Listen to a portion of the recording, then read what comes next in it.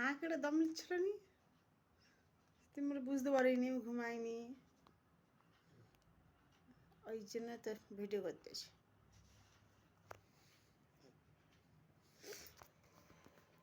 এত মানুষের চোখে ঘুম,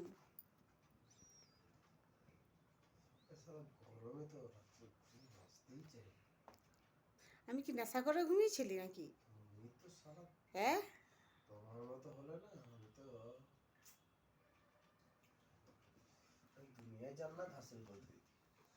টিভি দেখে দেখে ঘুমাচ্ছে সেটা বলবেন।